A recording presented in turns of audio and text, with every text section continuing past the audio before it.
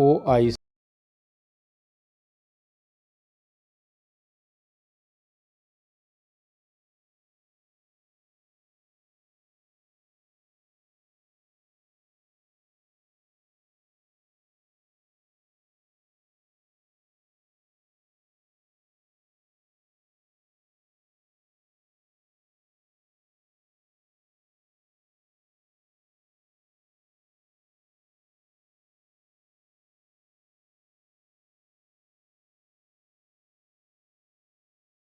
محبت کرنے والے سے محبت کریں مگر مکھن کی قیمت دیجیے۔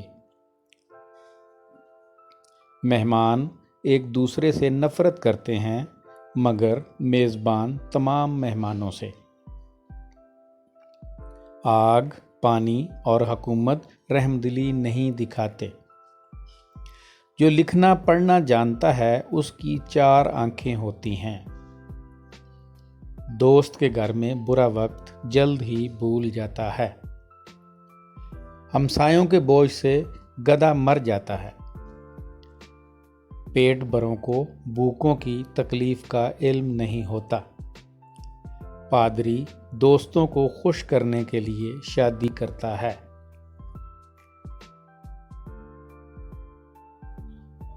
البانیہ یورپ کے دوسرے ملکوں کی طرح بہت زیادہ خوشحال ملک نہیں ہے۔ اس کی معیشت کا بھی ہماری معیشت کی طرح کا ہی حال ہے۔ جیسا کہ دنیا کے ہر معاشرے میں ہوتا آیا ہے اور ہو رہا ہے، اسی طرح البانوی لوگوں میں سے کچھ انتہائی توہم پرست واقع ہوئے ہیں۔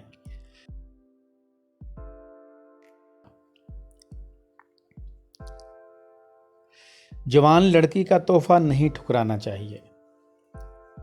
اگر کوئی لڑکا کسی لڑکی کا تحفہ قبول کرنے سے انکار کرے گا تو اس کا برا اثر لڑکی پر یہ پڑے گا کہ اس کی کہیں شادی نہیں ہوگی۔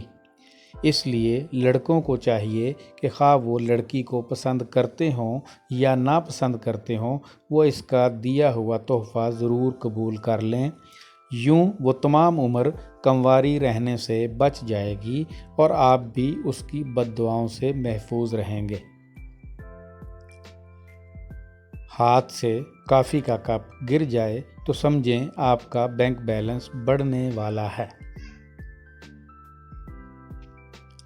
گھر میں داخل ہوتے وقت اگر کسی جانور کا پتلا لٹکا دیا جائے تو اس سے آپ کے گھر میں بھوت پریت کا داخلہ نہیں ہوگا۔ اگر آپ کا ہمسایہ البانوی ہے اور آپ کسی دوسرے علاقے سے تعلق رکھتے ہیں اور آپ ان کی زبان نہیں جانتے تو اگر آپ کا ہمسایہ آپ کو بیڑ کی زبان کا سالن بنا کر بھیجے تو برا نہیں ماننا چاہیے، بلکہ یہ اس لیے کیا جاتا ہے کہ آپ جلد سے جلد ان کی زبان سیکھ جائیں۔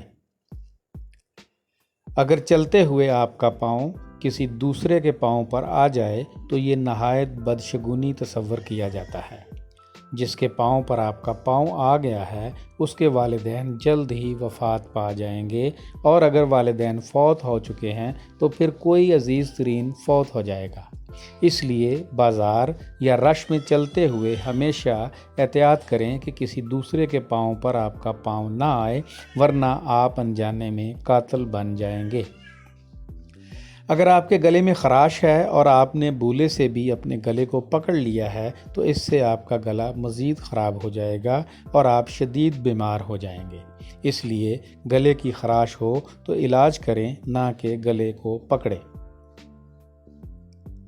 اگر آپ نے اخروٹ کھانے سے پہلے ہاتھ نہیں دھوئے تو اگلی صبح آپ کے سر میں جوئیں پڑ جائیں گی، لہٰذا اخروٹ کھانے سے پہلے لازمی طور پر ہاتھ دھو لیں۔ اگر آپ کسی البانوی سے ہاتھ ملائیں تو اس کے ہاتھ اگر گرم ہوں تو سمجھ لیں کہ وہ جھوٹا شخص ہے۔ جس شخص کے ہاتھ ٹھنڈے ہوں گے وہ دل سے سچا اور بھلا انسان ہوگا۔ گھر میں یا بازار میں جھاڑو پھیرتے وقت اگر آپ کا جھاڑو کسی بچے کے پاؤں کے انگوٹھے کو چھو جائے تو اس کا مطلب یہ ہوگا کہ اس بچے کا قد پستہ رہ جائے گا، لہٰذا جب بھی آپ جھاڑو لگائیں بچوں کو اس سے دور رکھیں۔ اگر کسی شخص نے دھوکے سے آپ کی انگوٹھی اپنے ہاتھوں میں پہن لی، یعنی چرا کر پہن لی، تو یہ اس بات کی علامت ہے کہ وہ شخص آپ کے محبوب کو آپ سے چھین لے جائے گا۔ خبردار، سوتے وقت اپنی انگوٹھی اپنی جیب میں رکھ کر سوئیں ورنہ پچھتانا پڑے گا۔ اگر آپ نے گھر میں یا باہر سڑک کنارے کسی مردہ چوہے کو دیکھ لیا اور آپ نے اس سے 50 میٹر دور جاتے ہوئے اپنے سر کے بالوں کو نہ پکڑے رکھا تو آپ کے بال جھڑنا شروع ہو جائیں گے اور آپ جلد ہی گنجے ہو جائیں گے۔ لہٰذا اس بات کا دھیان رہے کہ جوں ہی کوئی مردہ چوہا دیکھیں فوری طور پر اپنے سر کے بالوں کو پکڑتے ہوئے اس سے 50 میٹر دور چلے جائیں۔ اگر آپ نے قبرستان میں کسی قبر کی طرف اشارہ کیا تو یہ اس بات کی علامت ہوگی کہ آپ کے خاندان میں سے کوئی شخص جلد ہی فوت ہو جائے گا، لہٰذا قبرستان میں جائیں تو کسی بھی قبر کی طرف اشارہ نہ کریں۔ 1967 میں ایک آمر حکمران انور حق شاہ نے ملک کو دنیا کا پہلا دہریہ یعنی ایتھیسٹ ملک قرار دے دیا، حالانکہ یہ اعزاز روس، چین اور یوگوسلاویہ بھی نہ حاصل کر پائے۔ یوں اس نے ملک میں تمام مذاہب کے خاتمے کا اعلان کر دیا اور مساجد، گرجا گھروں کو شہید یا مسمار کر دیا۔ تب دارالحکومت ترانہ میں چند ایک عثمانی دور کی مساجد ہی باقی بچیں جنہیں آثار قدیمہ کا درجہ دے دیا گیا۔ معروف سماجی کارکن مدر ٹریسا کا تعلق البانیہ سے تھا۔ البانیہ دنیا کا واحد ملک ہے جس نے ابھی تک اولمپک کھیلوں میں ایک بھی میڈل نہیں جیتا۔ البانیہ کے لوگوں کی اکثریت اپنے ملک میں رہنا پسند نہیں کرتی، جبکہ آج کل البانیہ میں ملکی لوگوں کی بنسبت غیر ملکیوں کی اکثریت ہے۔